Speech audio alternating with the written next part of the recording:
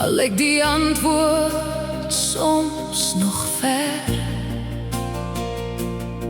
Party mense dra stil hul swaar kry, met gebroke drome in hul hart se seer.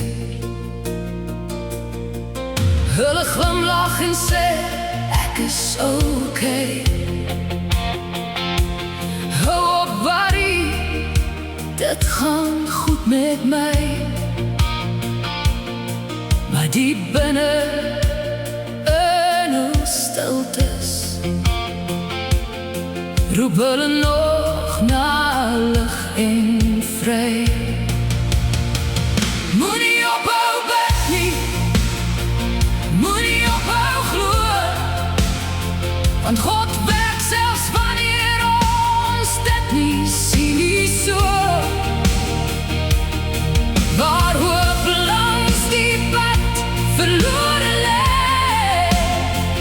kan sy genade nuwe lewe gee. Moenie ophou bid nie, moenie moed verloor.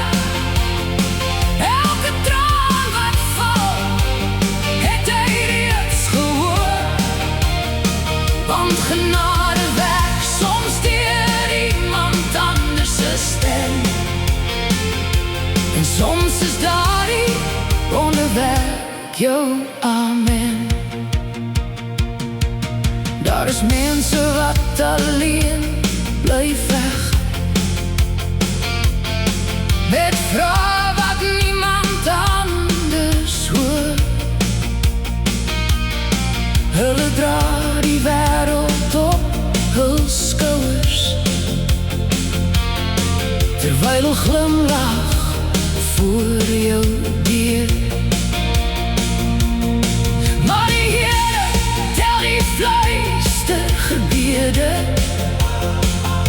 wat in die donker na hom opstyg, en hy stuur soms 'n vriend of vreemdeling om weer die hart met hoop te kry. Moenie ophou bid nie, moenie ophou glo, want God werk selfs wanneer ons dit nie sien nie so. Waar hoop langs die pad verlore lê, kan sy genade nuwe lewe gee. Moenie ophou bid nie, moenie moed verloor. Elke traan wat val, het hy reeds gehoor. Want genade werk soms deur iemand anders se stem, en soms is daardie wonderwerk jou amen.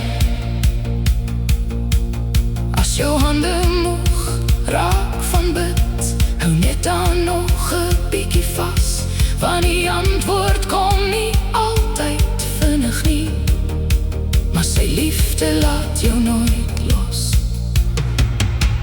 Laaste koor.